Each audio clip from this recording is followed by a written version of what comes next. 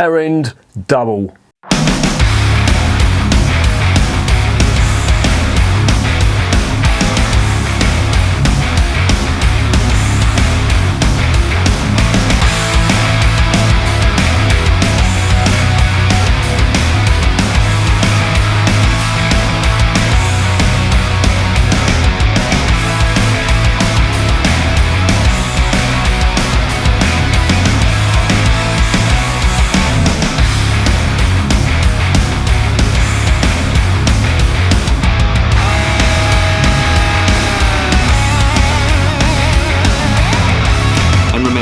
Life is too short to be drinking shitty beer.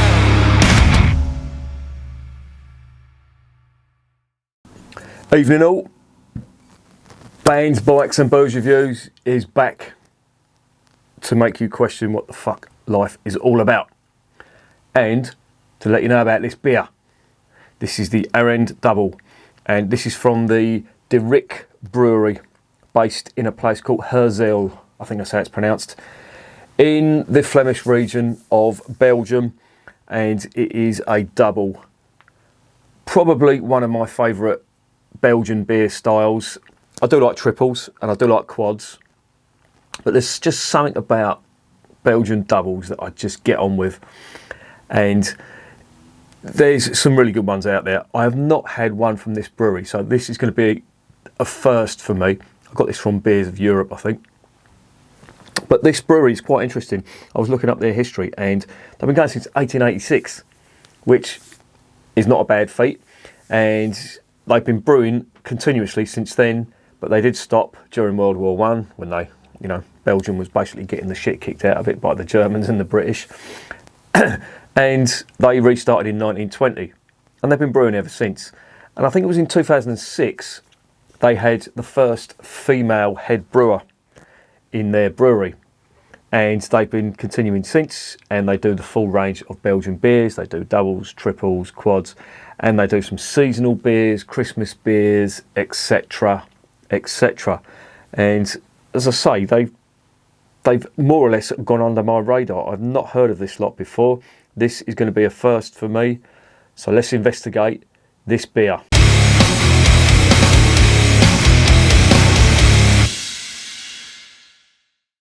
Okay, the writing on this is fucking minuscule. Tom Thumb would need a telescope to read this.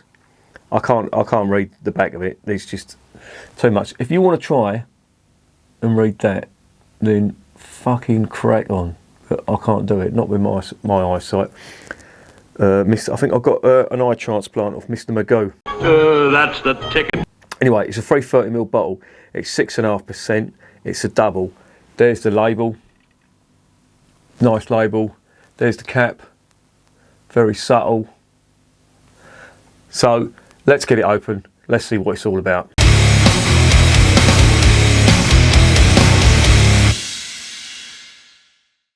Right, if I can find that bottle opener.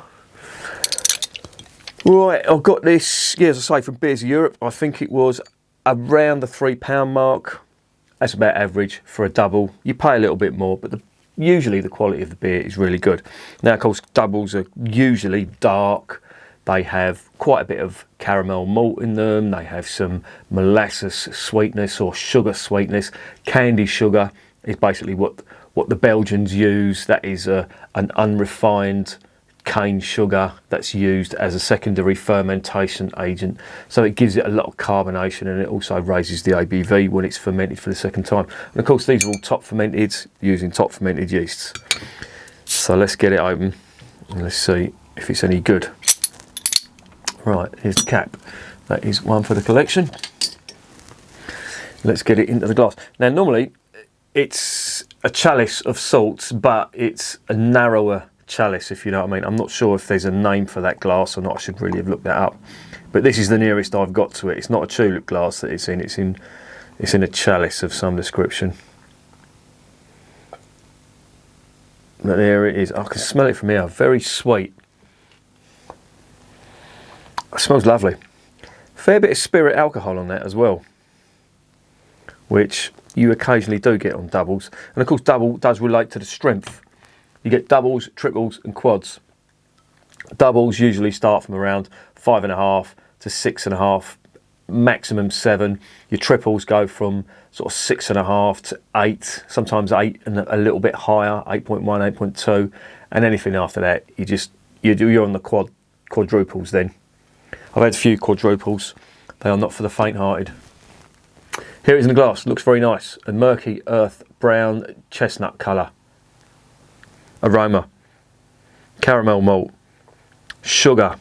Candy sugar. Sweetness. Some fruit on there. Touch of banana from the yeast. A little bit of clove spice. A little bit of clove on there. That's quite subtle. But there's some fruit like that. I'm actually getting orange peel from that as well, or orange, or a marmalade type zest. Smells quite nice. Let's get it down the hatch.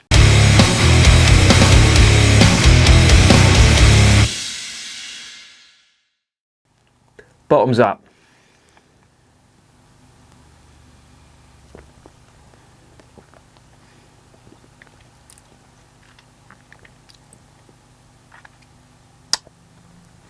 Cool.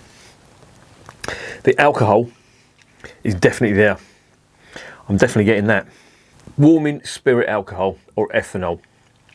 Caramel malt. And there's some of that sweet sugar, candy sugar, molasses type dried fruit flavour. But it's overridden by that ethanol content that's in here. Now it's only 6.5%, but you really do get that on the first mouthful. Let me dive in again and see what's happening.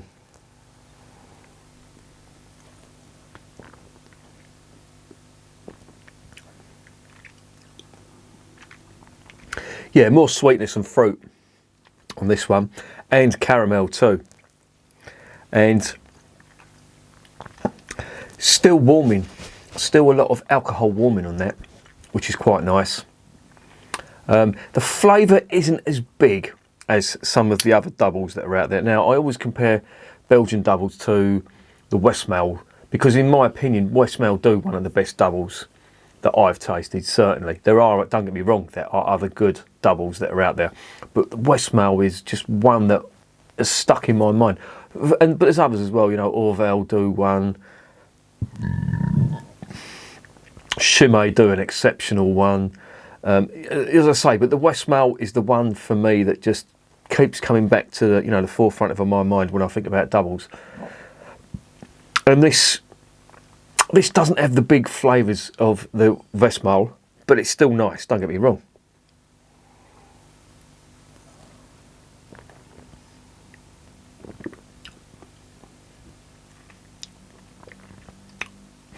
Yeah, very nice. It's got everything I would expect a double to have. I do like the alcohol backbone, or ethanol, on some of these doubles, but that might not be for everybody. So if you're not a fan of that sweet, but I would say almost chemical-like, because basically ethanol is a chemical, isn't it? If you're not a fan of that, you may not like this, because that is really prevalent in this beer. But I like that. That's something that I do.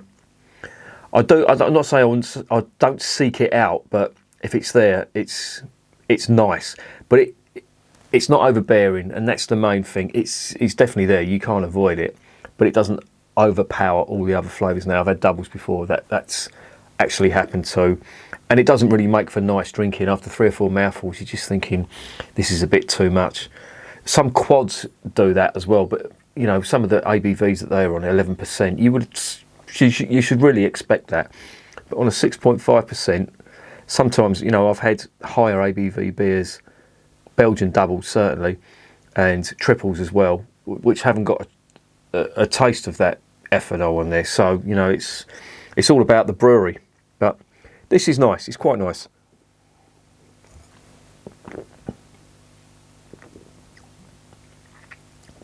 I'm getting a slight aniseed or licorice to it as well.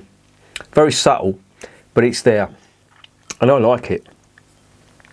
This is quite a nice one.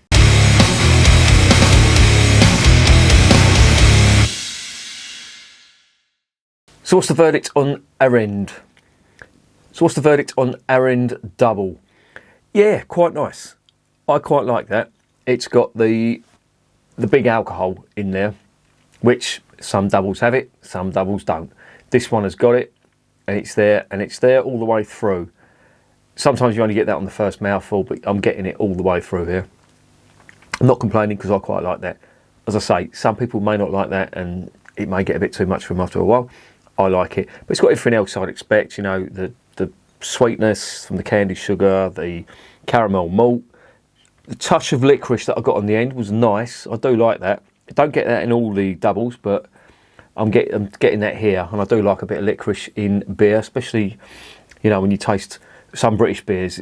That is quite at the forefront of some of the flavours on British beers, especially like old ale and real ale types. You do get some licorice in some of them.